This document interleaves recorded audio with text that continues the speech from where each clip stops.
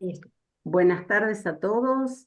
Estamos en la reunión del James Joyce Center Argentina del mes de abril del 2024 y tenemos la alegría de contar con la presencia de la doctora María Eugenia Cruzet, que nos ofrecerá nuestra primer charla de este año.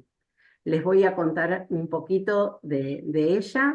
La doctora María Eugenia Cruzet es doctora en Historia, summa cum laude de la Universidad del País Vasco y magíster en Relaciones Internacionales de la Universidad Nacional de La Plata.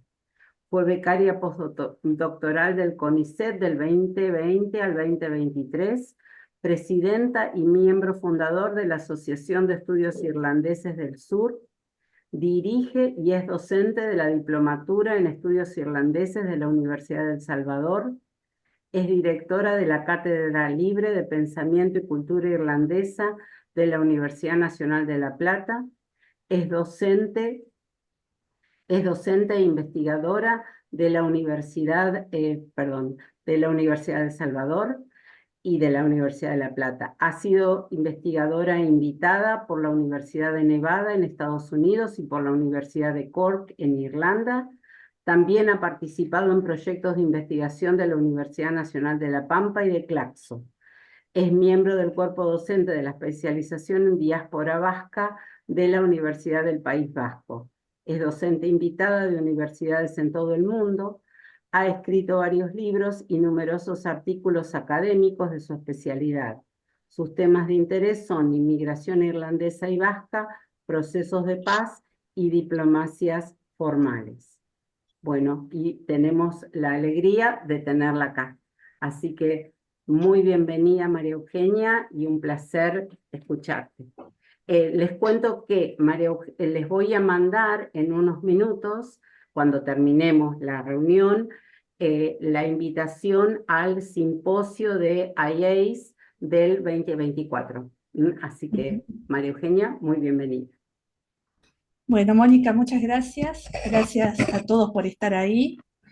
La verdad que cuando me llegó a mí un mail de este centro de estudios sobre Joyce, primero me dio mucha curiosidad, me gustó la idea, me gustó la sugerencia y además invitaban a si uno quería colaborar con algo. Y la verdad que desde el espíritu de colaboración digo, bueno, por ahí de Joyce yo no soy especialista, no voy a poder dar ningún aporte, pero por ahí desde la historia, que es mi campo, puedo ayudar a dar un marco cronológico, cuál era el contexto en el cual él se movía, dónde escribía, para que después ustedes, en base a lo que yo les pueda transmitir, puedan analizar otras variables que por ahí no las tuvieron en cuenta o que sí, pero que por ahí les puede servir para mirar con otros ojos de dónde viene esta escritura maravillosa y tan de vanguardia que tiene Joyce, ¿no? Entonces, desde ahí viene mi trabajo, que entonces de nuevo no es que sea un aporte desde la literatura, porque no lo es,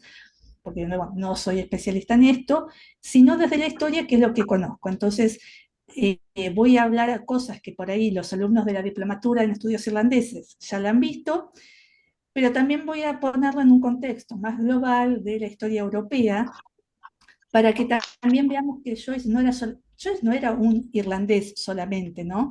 Era un europeo, era un hombre sin fronteras, un hombre que, una persona, un espíritu libre.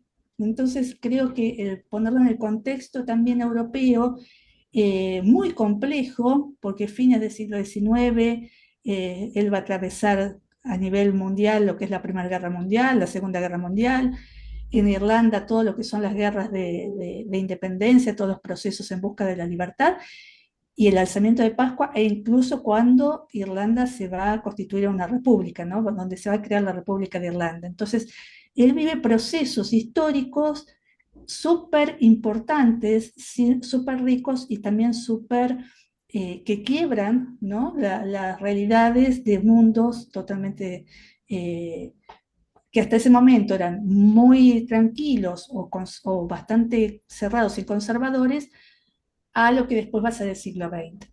Entonces voy a pasar a la presentación. Recording in progress. Recording in progress. Recording in progress. Recording in progress.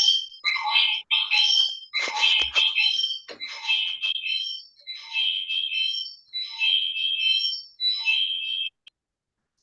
Me sale una grabación, no sé si ustedes la tenían también o no. Sí, sí. Ah, bueno, entonces la, a Joyce lo conocen, las fechas la conocen, pero ¿por qué? ¿De dónde nace Joyce o dónde, en qué contexto nace Joyce? ¿Cómo era Irlanda a fines del siglo XIX?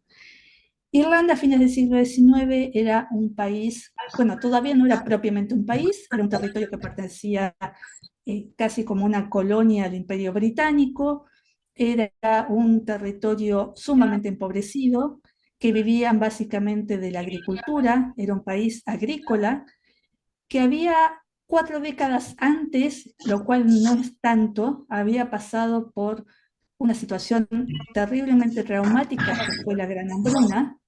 En 1845, a partir de 1845, un parásito en la papa hace que las cosechas no prosperen y a partir de ese acontecimiento prácticamente 1 millón de personas muere de hambre y de las consecuencias de la hambruna y otro 1 millón de personas prácticamente emigra al resto del mundo, sobre todo a Inglaterra, a Estados Unidos, pero también a la Argentina. Entonces, un país que para esa altura tenía unas 8 millones de personas, en cuestión de décadas pierde casi 1/3 de la población. Para que se dé una idea de lo que significaba eso, recién en 2010, en el censo del 2010, la República de Irlanda llega a tener 8 millones de habitantes. O sea, a Irlanda le toca o tarda más de un siglo en poder llegar a recuperar la población que tenía. Y para cualquier país perder semejante nivel de población, además de lo que es estrictamente económico, que es una crisis terrible, también humanamente fue algo que marcó traumáticamente la vida de los irlandeses. Y para fines del siglo XIX la situación no es que haya mejorado mucho. Irlanda seguía siendo un país dedicado a la agricultura, donde la mayoría de las tierras estaban en manos de grandes terratenientes que no vivían en Irlanda, sino que vivían en Inglaterra, porque eran ingleses, donde los irlandeses alquilaban sus pequeñas tierras para cultivar y donde por no poder pagar un alquiler eran expulsados de esas tierras. Entonces esto creó una crisis y una serie de revueltas que la historiografía irlandesa se conoce como la Guerra de las Tierras, que no era una guerra, no llegó a ser tanto, porque fue más que nada una serie de pequeños movimientos agrícolas en distintos lugares, pero que se conoce como esto, y donde entonces los sectores políticos irlandeses van a tratar y también los sectores políticos del Partido Liberal inglés, tratan de darle una solución pacífica a un conflicto que estaba escalando y escalando y que podía terminar, nadie sabía dónde podía terminar. Entonces, ahí es donde nace Joyce, en un país que no era país, que nunca dejó de intentar ser país. La historia de Irlanda es la historia de un pueblo que busca recuperar la soberanía, sumamente empobrecido, con una historia traumática reciente y antigua muy fuerte, y ahí es donde él nace. Para tener una idea de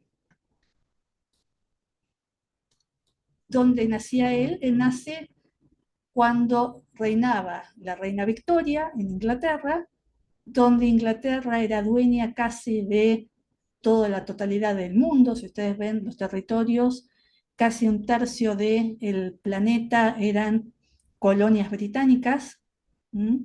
Eh, y se decía, por ejemplo, que 1 de cada 3 personas era súbdito británico. Entonces, para tener la magnitud de lo que significaba ser miembro del Imperio Británico. Entonces, era una época donde Inglaterra estaba en su máximo esplendor, donde el Imperio Británico había llegado a su máximo desarrollo y a su máxima extensión. Entonces, por un lado, eran parte del imperio más rico y poderoso, y por el otro lado, eran una de las colonias más pobres de ese imperio. Y ahí es donde nace o surge un gran político irlandés que es Parnell. Si ustedes seguramente conocen Dublín y ven la calle principal, O'Connell Street, van a ver que está frente al río Liffey la estatua de O'Connell, pero en la otra punta está la estatua de Parnell, como para ver la importancia que tiene Parnell en la historia de Irlanda, ¿no? Que está en la misma calle que Daniel O'Connell, que es el gran héroe nacional irlandés. Y Parnell pertenece a una clase alta de terratenientes, él es protestante, es abogado, forma parte del Partido del Congreso.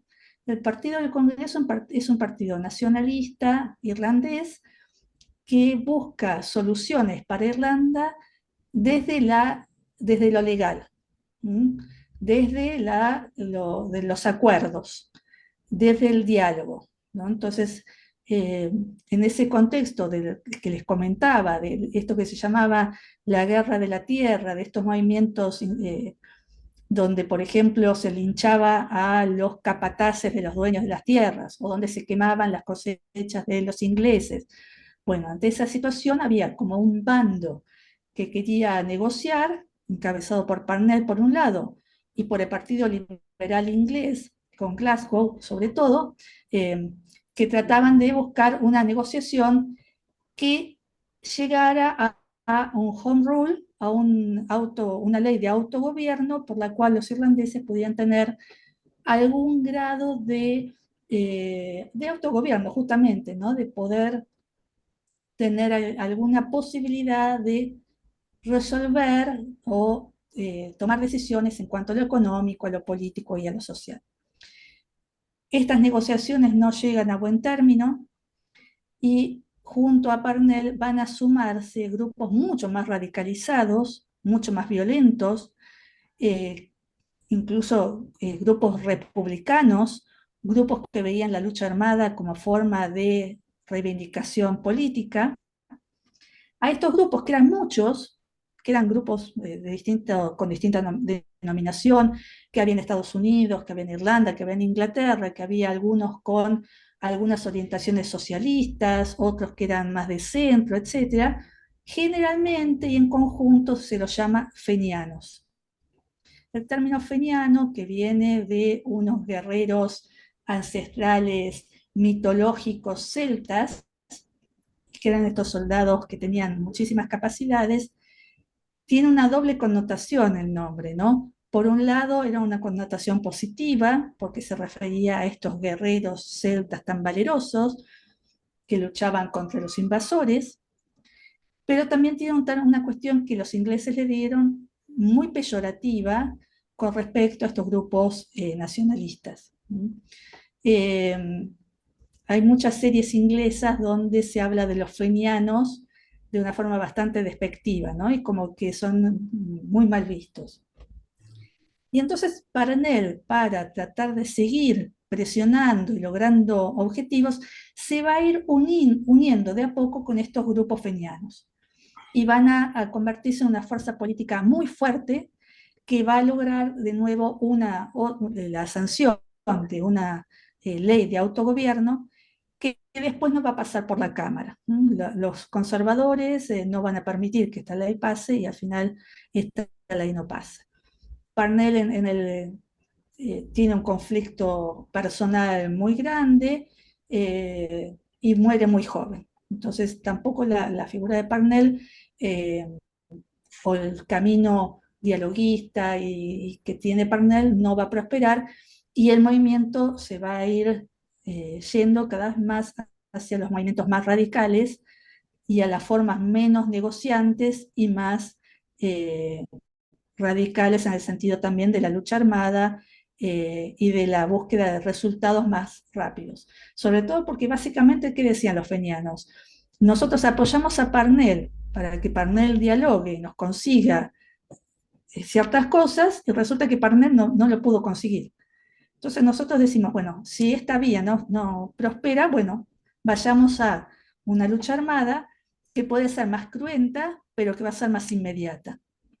En el fondo dicen, nos cansamos de negociar con los ingleses, nos cansamos que los ingleses no nos hagan caso y entonces, bueno, la solución es otra. En ese interín es que Joyce va a la escuela, va primero con los jesuitas, va después con los Christian Brothers. Los Christian Brothers eran una congregación profundamente nacionalista.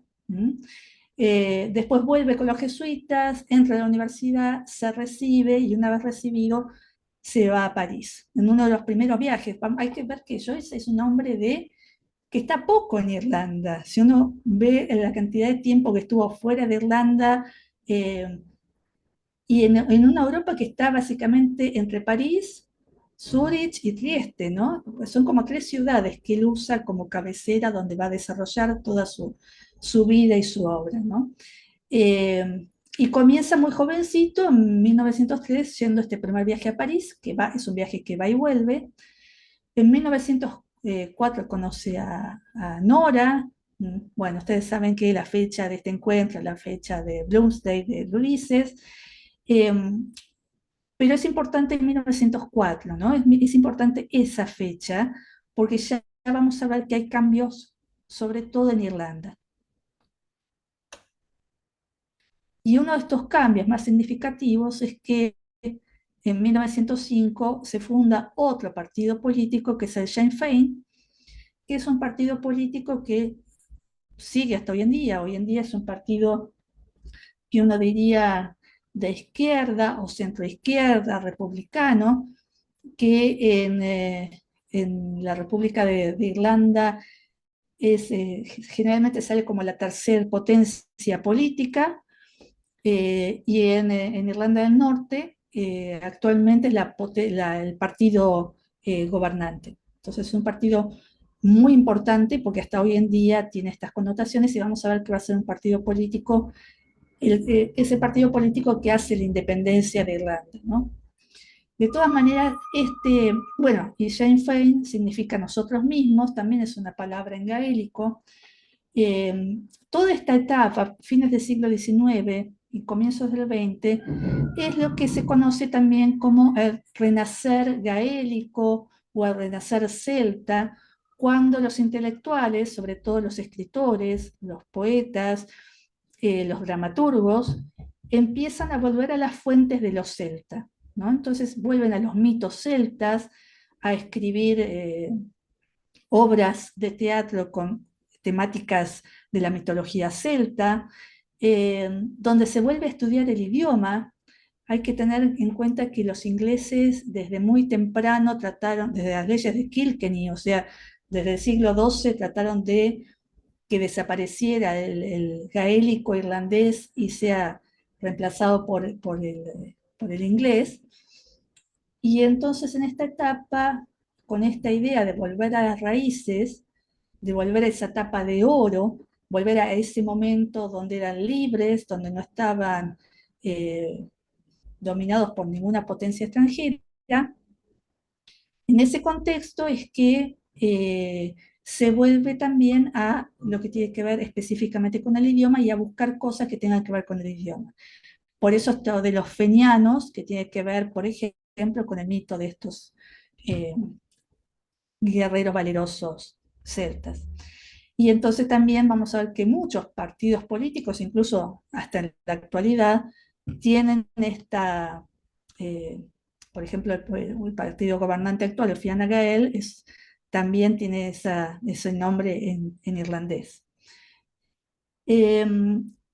Cuando Arthur Griffin funda este partido, Sinn Féin, es un partido que, a diferencia de lo que es hoy en día, que es un partido republicano de tendencias de izquierda, progresista, era un partido muy conservador, era un partido que era monárquico incluso, ni siquiera pretendía una república, sino que lo único que quería era el autogobierno de Irlanda, pero sin desconocer a la corona inglesa. De hecho, él plantea bueno, ahora me quedó lo de doble comando, ¿no? Porque me quedó la idea de ser una doble corona. Así como en el imperio austrohúngaro era dos reinos separados, pero bajo la misma corona, él planteaba una cosa así, ¿no? Que Irlanda e Inglaterra fueran eh, dos territorios separados, pero bajo el mando de la misma persona que los mandara, el mismo monarca. Nada, llegamos a 1905 y decíamos como de eh, casi subdesarrollada era Irlanda hasta comienzos del siglo, hasta más o menos comienzo de 1810, 1815, cuando Inglaterra comienza a industrializar Belfast con la industria naviera. Entonces empieza a haber algo de industria, solamente en Belfast, el resto de Irlanda sigue siendo básicamente rural. En Dublín sí va a haber también algo de pequeña industria, pero es una industria relacionada sobre todo en Belfast. Si ustedes vieron la película Titanic, el Titanic se hizo ahí, ¿no? En Belfast. Eh, y acá entre paréntesis, si quieren saber más de esto, hay mucho, bueno, no sé si hay mucho, pero las cosas que hay filmadas son buenas. Está la película sobre Michael Collins, está una miniserie que se llama Rebellion, que se daba en Netflix, que está muy buena, esa miniserie está muy buena, y donde cuenta, por ejemplo, cómo también junto con estos movimientos que son puramente nacionalistas, políticos, comienza a haber movimientos que son socialistas, socialistas y de izquierda y que tienen más que ver con los movimientos de los trabajadores industriales. Y el primero de estos grandes líderes socialistas es James Larkin, que va a ser el gran artífice del sindicalismo en Irlanda, que llama la primera huelga general en 1913, que es una huelga que paraliza Irlanda. Es una huelga que es muy fuerte y muy importante para eh, que tiene que ver para Inglaterra, porque Inglaterra, la industria naviera y el comercio eran vitales y fundamentales. Entonces, pararles la industria naviera era un tema muy importante, ¿no? Y entonces, esta huelga general que dura casi un año, pone también en alerta al gobierno británico de lo que, van a ser, lo que pueden llegar a ser los irlandeses.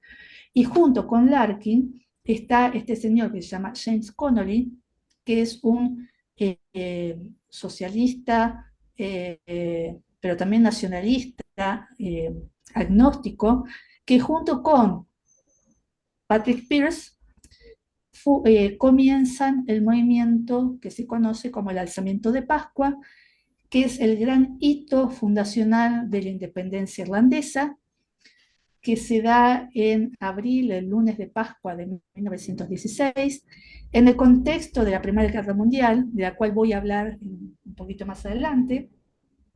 La Primera Guerra Mundial comienza en 1914, del 14 al 18, y en esa situación los nacionalistas irlandeses, viendo que la mayoría del ejército británico estaba peleando en Europa, hacen este alzamiento que dura una semana y que está caracterizado o integrado por dos grandes divisiones militares, que es la de Connolly, que es una división incluso donde hay mujeres participando. Eh, Está la de Gregory también ahí junto con Connolly. Y después los voluntarios de Pierce, que van a ser también el brazo más importante. Pierce va a ser el comandante eh, de este alzamiento, que va a tener algunos puntos, unas ubicaciones concretas en Dublín. La más importante es en el GPO, en el Correo Central, otra es en St. Stephen Park, pero también hay otros pequeños lugares repartidos por Dublín. Que este movimiento, hay que decirlo, tuvieron muchísima voluntad de hacerlo, muchísimo coraje, pero contra el ejército británico, que enseguida se replegó sobre Dublín y los atacó, no pudieron hacer demasiado. Y entonces los líderes del alzamiento, en cuestión de unas semanas y con juicios sumarísimos, fueron todos ajusticiados y fusilados. Incluso Pierce y Connolly en un plazo breve. El alzamiento de Pascua, hay que decir, no fue un movimiento popular, no es que todos los irlandeses que estaban en Dublín se movilizaron en favor del alzamiento, pero la represión que hicieron los ingleses sobre los irlandeses fue tan fuerte, fue tan desmedida, que esto llevó a que unos años después todos los irlandeses recordaran el nacimiento de Pascua y se opusieran a los ingleses. En vez de servir para aplacar a los irlandeses, sirvió para enfurecer a los irlandeses y para ponerlos más en guardia en contra de los ingleses. Pero de nuevo, vean estas películas del nacimiento de Pascua porque son fundamentales para entender la idiosincrasia de los irlandeses y qué estaba pasando con Irlanda. Perdón, me puse en pausa. En el contexto de la Primera Guerra Mundial. Oh, no sé, ahí está. Como les decía, en 1914, no sé por qué me hace así, 1914 comienza la Primera Guerra Mundial, con dos bandos bien delimitados, que son por un lado el Imperio Austrohúngaro, perdón, Francia, Inglaterra, Rusia, y después que es la Triple Entente, y después la Triple Alianza, que es Alemania, el Imperio Austrohúngaro y... Oh, qué lástima porque este mapa estaba lindo, no sé por qué me hace así. Bueno, y estos dos bloques que van a competir. Los menciono, porque no sé por qué me hacía así el mapa, pero por un lado estaba Inglaterra, Francia y Rusia, que eran aliados. Por el otro lado estaban Alemania, que estaba hacía relativamente poco unificada, el Imperio Austrohúngaro, y Italia, que en un primer momento estaba aliada al Imperio Austrohúngaro, pero que tenía como reclamo histórico de toda la vida parte del noreste italiano. Italia se logra unificar en 1861, se crea el Reino de Italia con capital en Turín. Mucho del norte de Italia había sido parte de la corona austrohúngara, y había territorios que habían quedado que todavía pertenecían al Imperio Austríaco y no a Italia. Italia la seguía reclamando. A esta parte de Italia es lo que los italianos llamaban la Italia irredenta, la Italia cautiva, la Italia que había que volver a recuperar sea como sea. Entonces, cuando en 1915 los ingleses llaman a los italianos y les dice, hagamos un pacto, en este pacto ustedes no van a participar del lado de Austria ni de Alemania, sino nuestro, y a cambio les vamos a dar, después de la Primera Guerra Mundial, los territorios que ustedes quieran, que eran básicamente la zona de Trieste, también la zona de Trentino, la zona de los Altos Alpes, que eran todos territorios que ellos todavía querían. En este lugar está la ciudad de Trieste, que fíjense, queda hoy en día, es territorio italiano, pero si ustedes los ven, están Croacia, Eslovenia, está en todos estos territorios que eran parte del Imperio Austríaco. Acá estuvo mucho tiempo Joyce y se sentía muy cómodo Joyce en ese lugar, hablando, incluso aprendió a hablar italiano, la familia hablaba italiano, era un lugar donde se sentía muy a gusto y donde estuvo mucho tiempo y donde hacía visitas periódicas, se trasladaba periódicamente a Suiza, a Zúrich, ¿no? Siempre estuvo entre Trieste y Zúrich, dependiendo de la situación política general. Cuando estalla la Primera Guerra Mundial, y esta zona de Trieste fue una zona súper compleja, porque fíjense que era una zona que estaba justo en la frontera y que se la disputaban los austríacos y los italianos, ahí por seguridad es que se trasladan a Suiza. Pero es en este contexto de la Primera Guerra Mundial. Cuando termina la Primera Guerra Mundial, en 1918, se hace el Tratado de Versalles en el 19, y donde, bueno, ahí la gran perdedora es Alemania, porque Alemania pierde un montón de territorios, etc. No me voy a meter con eso.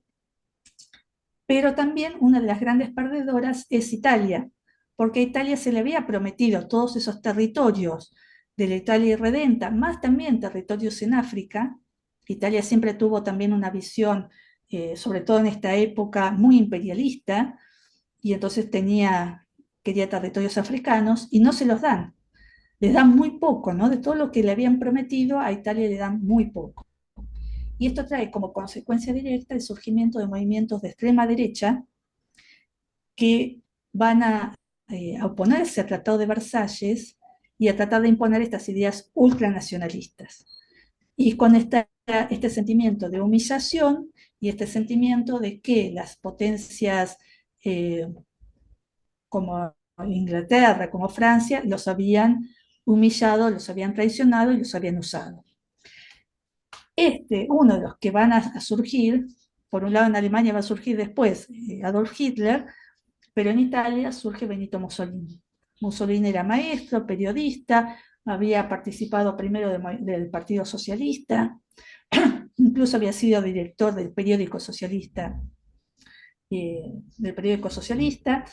y después va cambiando la ideología, haciendo este partido, el fascismo, que tiene esta idea de extrema derecha y de una Italia que vuelva al esplendor del Imperio Romano, ¿no? La idea del fascismo son gobiernos de extrema derecha, con estados muy fuertes, y donde les buscaba esta idea imperialista y de la grandeza que habían tenido durante el Imperio Romano.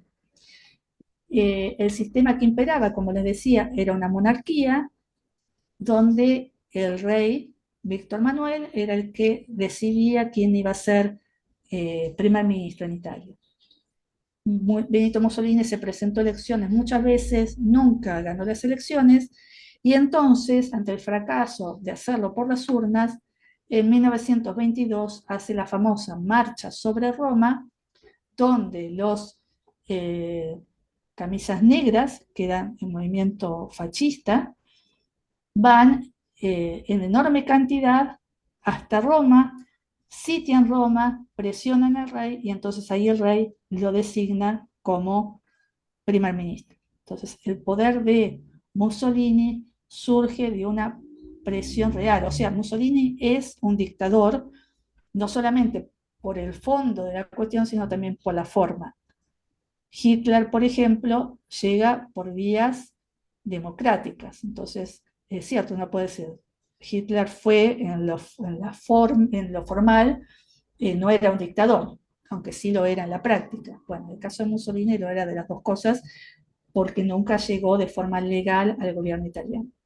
1922 es un año clave porque es cuando se publica el Ulises y es cuando Irlanda también llega a la independencia.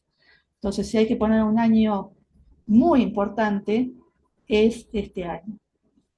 Y es donde Europa se va volviendo cada vez un sitio más invivible, con partidos políticos cada vez más derecha, más autoritarios, más dictatoriales, menos progresistas. Entonces, acá tenemos la contrapartida. Mientras vemos a los italianos con Mussolini, la Francia del 1924, después de la Primera Guerra Mundial, es la Francia que gana, la Francia feliz, es la Belle Époque, es la Francia de los ganadores. Pero también hay grupos de derecha que todavía estaban ahí, que van a gobernar por un tiempo. Y para que veamos cómo se va este caldo de cultivo, ¿no? El huevo de la serpiente del que habla Berman, esta idea de estos grupos cada vez más autoritarios, lo primero que se da es la Guerra Civil Española. Primero la Segunda República, a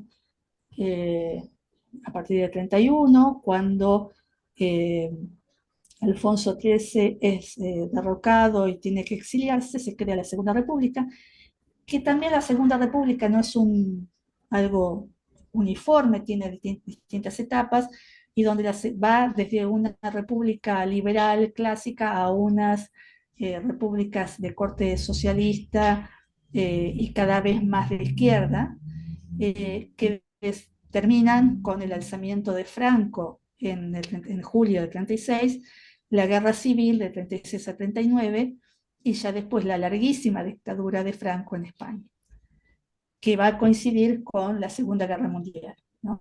Coincide con la Segunda Guerra Mundial. y la Segunda Guerra Mundial, que surge a partir de el nacionalsocialismo en Alemania, Hitler en el poder, también esta visión expansionista de Alemania, la Gran Alemania, que primero va sobre Austria, después va sobre Checoslovaquia, en esta cesión eh, que hacen las potencias aliadas que lo dejan invadir, que le entregan casi gratuitamente Checoslovaquia a Hitler, en un acto francamente bastante vergonzoso, y finalmente la invasión de Hitler a Polonia, siendo Polonia una potencia que en teoría estaba defendida y protegida por las potencias aliadas y que era como la barrera, ¿no? Como la línea roja, lo que no podía hacer Hitler porque si invadía Polonia comenzaba la Segunda Guerra Mundial. Y Hitler invade Polonia el 1 de agosto del 39 y comienza la Segunda Guerra Mundial. Ahí esto es lo que pasa a nivel europeo, y por el otro lado es lo que estamos viendo que pasaba en Irlanda. Entonces, en Irlanda vimos cómo después del alzamiento de Pascua los líderes del movimiento son ejecutados, las segundas líneas son puestas presas, y para 1918, fines del 18, ya el gobierno inglés había amnistiado todos los líderes republicanos, ya los había dejado libres, los había sacado de las cárceles. Inglaterra llama elecciones en diciembre del 18. Es interesante porque 1918 es la primera vez que las mujeres pueden votar en Inglaterra y en Irlanda, así que es una elección muy significativa, y donde el partido que gana, pero arrasando, es el Sinn Féin. No el Sinn Féin de Griffin de 1905, conservador y monárquico, sino un Sinn Féin colonizado por fenianos, es decir, por grupos, por los voluntarios, por los fenianos, por los grupos más radicalizados y republicanos, y que entonces al ganar de esta forma fue una victoria impresionante, impresionante, deciden declarar un gobierno provisorio, un gobierno en la clandestinidad que no estaba apoyado obviamente por Inglaterra. Y comienza lo que se llama la guerra de independencia, que tampoco es una guerra, como dijimos, como la guerra de las tierras, no era una guerra, tampoco la guerra de independencia, es una guerra de independencia como tal, sino que son movimientos de guerrillas, pero que le van a hacer la vida muy difícil a los ingleses. Ahí lo ven en la película Michael Collins se ve perfecto, porque ahí es donde Michael Collins crea el IRA, el Ejército Republicano Irlandés, y donde con sabotajes, con asesinatos, con una serie de estrategias de guerra de guerrilla, presiona tanto a los ingleses, que los ingleses resuelven hacer un pacto, el Tratado Anglo-Irlandés, que se firma en diciembre de 1921 y que entra en vigor en 1922. Acá hay que decir algo también para decir por qué los ingleses finalmente acceden a este pacto. La situación de Irlanda era insostenible. Bueno, se puede decir que sí, que era una situación bastante compleja.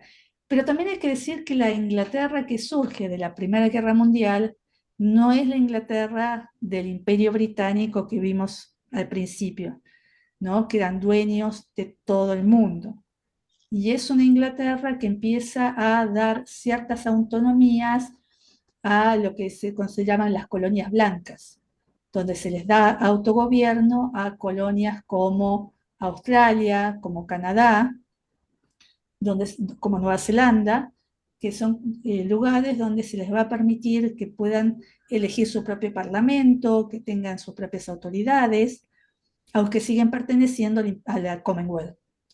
Entonces, algo similar pasa con Irlanda y este tratado anglo-irlandés que les va a permitir a los irlandeses, por un lado, tener un parlamento propio, lo cual significa un autogobierno, porque ellos pueden elegir sus autoridades, pueden dirigir la administración doméstica del país, pueden cobrar impuestos, pero no pueden manejar las relaciones internacionales, no pueden salir de la Commonwealth, o sea, siguen siendo súbditos británicos, siguen jurando fidelidad al monarca, y además este tratado crea una herida muy fuerte en Irlanda, que es la cesión de los condados del norte que van a seguir bajo mandato inglés. Lo que es Irlanda del Norte, que sigue hasta el día de hoy siendo provincia inglesa. Entonces, las dos condiciones que tuvieron que aceptar, seguir jurando fidelidad al rey y ceder el Ulster, las provincias del norte, llevan a que no todos los políticos republicanos irlandeses estén de acuerdo con esto. Y entonces va a haber dos bandos, un bando encabezado por Michael Collins y Griffin, que es el el partido pro tratado, y otro partido encabezado por Eamon de Valera, que es antitratado. Y entonces esto desencadena la guerra civil, que dura unos meses, durante el 22, y que finalmente termina con la muerte de Michael Collins, pero la creación del Estado Libre Irlandés. Entonces Irlanda se crea como una especie de dominio británico a la manera de Canadá y Australia. Yo no sé si ustedes fueron a Australia, yo no fui, pero cuando estuve en Canadá, en Ottawa, fui al Parlamento, y en el Parlamento está una silla que está siempre vacía, y que yo les preguntaba, bueno, ¿para qué es esa silla? Que es como un trono que está ahí, y me dicen, es porque es el lugar de la reina. Fue cuando todavía estaba la reina Isabel. Cuando la reina venga a abrir, se sienta ahí. Y cuando la reina no viene, viene el gobernador, que es la persona designada por la reina para gobernar. Eh, bueno, era exactamente lo mismo en Irlanda en ese momento. Entonces, este año del 22, como verán, es un año súper importante para Irlanda, pero también a nivel mundial. Y esta Irlanda, que era esta Irlanda tan todavía conservadora, tan dependiente de la Iglesia Católica. Joyce tiene muchos conflictos con la Iglesia Católica y el papel político de la Iglesia, por eso es que Joyce no vuelve a Irlanda. Bueno, además de muchos conflictos personales, ¿no?, que tenía él, termina con la sanción de una constitución en Irlanda en 1937. Esta constitución pone fin a la pertenencia al Commonwealth, pone fin a la monarquía, crea la República de Irlanda, como la conocemos hoy, con un sistema de organización política, con un presidente y un primer ministro, que es elegido por las cámaras del Parlamento. Y uno podría decir, bueno, ¿cuándo se independiza Irlanda? Bueno, en la historiografía irlandesa se habla del 22. Otros dicen el 37, cuando ya se hace la Constitución y se crea la República de Irlanda, pero formalmente Irlanda asume todas las atribuciones soberanas de un Estado en el 49. Entonces, para algunas personas, el 49 es la fecha de la independencia de Irlanda. Y para tener una idea, por ejemplo, Argentina fue uno de los primeros países que reconocen a Irlanda como Estado soberano y que establece relaciones diplomáticas. Somos de los primeros países, junto con Estados Unidos, somos de los primeros países que reconocemos a Irlanda como país independiente. Bueno, y con esto más o menos redondeo. Entonces, Joyce durante la Segunda Guerra Mundial vuelve a Zúrich por una cuestión de seguridad, porque también la Segunda Guerra Mundial es una guerra muy conflictiva en esa zona de los Balcanes, y ahí es donde termina muriendo en el 41, y nunca vuelve definitivamente a Irlanda, y que tiene esta visión tan crítica de Irlanda que le hace no volver a su país natal, no este autoexilio que él se impone en relación a su país. Así que bueno, dejo Mil de compartir. gracias, María Eugenia. Una maravilla excelente.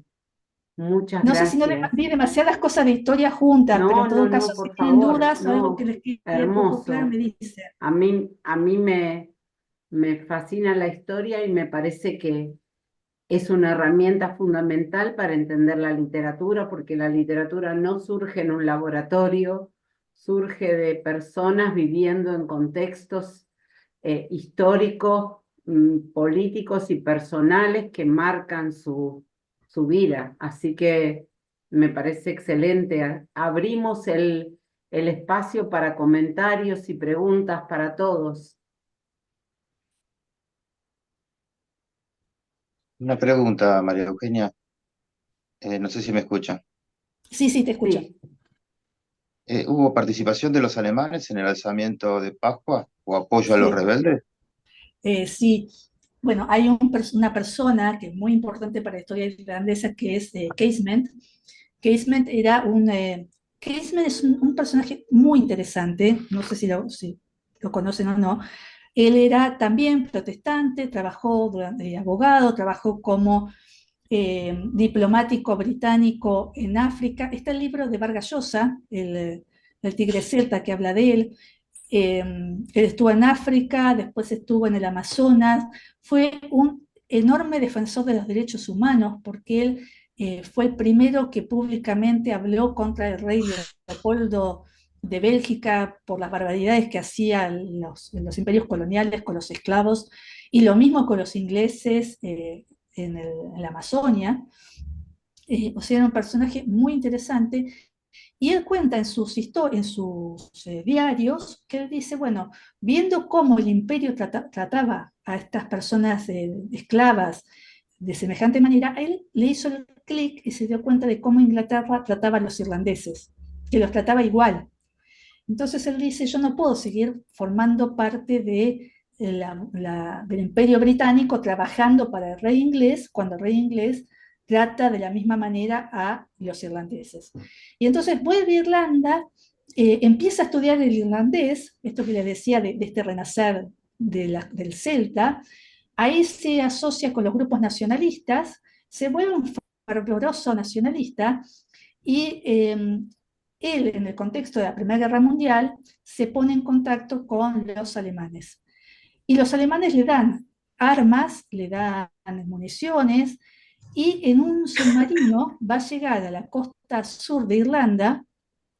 Ya cuando había finalizado el alzamiento, él pensaba que el alzamiento iba a ser exitoso o que iba a durar más, y este pequeño submarino es apresado por los ingleses, eh, lo toman preso, lo llevan a Inglaterra, en Inglaterra le hacen un juicio bastante sumario y lo ahorcan. Y lo sepultan bajo cal, en la misma cárcel, para que nadie sepa dónde están los restos de Casement, ¿no? Ese grado.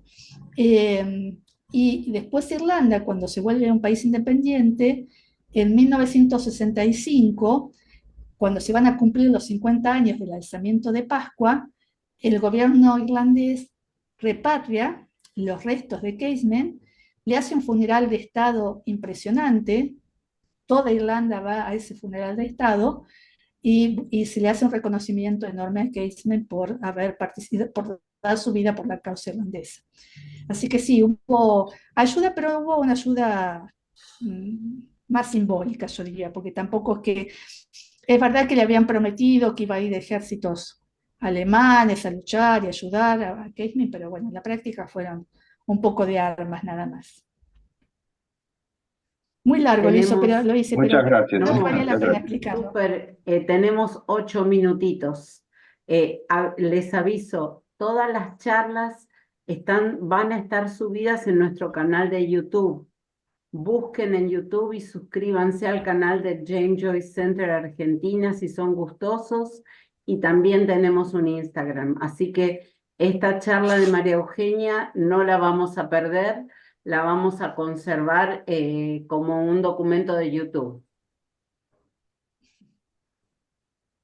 Prometo las respuestas hacerlas más breves para que pueda contestar más. Ahí puse en el chat el mail para los chicos de Irlandeses de Monte, el mail del Ah. James Joyce Center para que nos escriban y gustosamente les participamos de todas las actividades. La gente de Monte hace casi todos los años el Bloomsday en Monte, en San Miguel del Monte, así que seguramente, bueno, si este año se hace, los estarán invitando. Ay, por Moira, creo que no favor, hice ninguna infidencia, ¿no? por favor.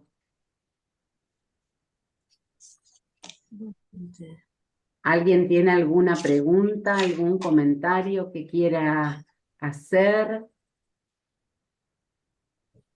No, yo realmente quedé fascinada con estas palabras porque me parecieron tan claras y tan didácticas. Bueno, para nosotros, para los amantes de la historia, bueno, es food for thought, ¿no? Ay, perdón, es comida para el pensamiento. ¿Sí? Muchas gracias, María Eugenia. No, a ustedes por escucharme, porque la verdad que a mí esto, como habrán escuchado, me fascina, así que no, para mí no me cansa Sí, contar estas cosas. claro. Y yo quisiera hacer una pregunta, no sé si está fuera de lugar, ¿no? Pero respecto del IRA, cuando Irlanda está realmente luchando por su independencia, las armas que recibe, ¿podríamos decir que son de Alemania? Una parte sí, otra parte vienen compradas desde Estados Unidos. Algo que no dije de Caseman, que es este personaje tan gracioso, no gracioso, sino importante. Él, por ejemplo, viajó vestido de cura a Estados Unidos, se reunió con los nacionalistas de Estados Unidos y después se trajo dinero y armas, pero todo disfrazado de las crónicas que leí. Él estaba disfrazado de sacerdote jesuita, decía, y ahí llevaba toda la plata y armamento, y desde Argentina, la colectividad argentina mandó municiones y armas que entraron, no se sabe bien cómo, pero presumimos que entraron por Liverpool, porque Liverpool era un puerto donde había muchísima inmigración irlandesa, y de ahí de contrabando la pasaron a Irlanda. Y entonces también había armas. O sea, el alzamiento de Pascua es un hecho irlandés, pero irlandés de Irlanda, irlandés de la diáspora, ¿no? De todos los irlandeses a nivel global. Ah, mira, qué curioso, qué interesante, muy interesante. Bueno. Sí, yo quisiera preguntar, Florencia, soy María Eugenia, en una Europa convulsionada, puede en su libro Ulises detallar y explicar de forma tan minuciosa todo lo que estaba pasando en la vida cotidiana, social y política del momento ese en que él cuenta el Ulises y él estando en Europa. ¿Cómo lo hace? ¿De dónde viene? Yo no conozco la mente de los que escriben, ¿no? De la gente que escribe, que es maravillosa. No sé cómo lo puede haber hecho, cómo filtra la información, porque también él tarda como 7 años en escribir el Ulises, entonces también lo que le llega la información ya no estaba en Irlanda, entonces supongo que también las memorias, los recuerdos deben haber influido.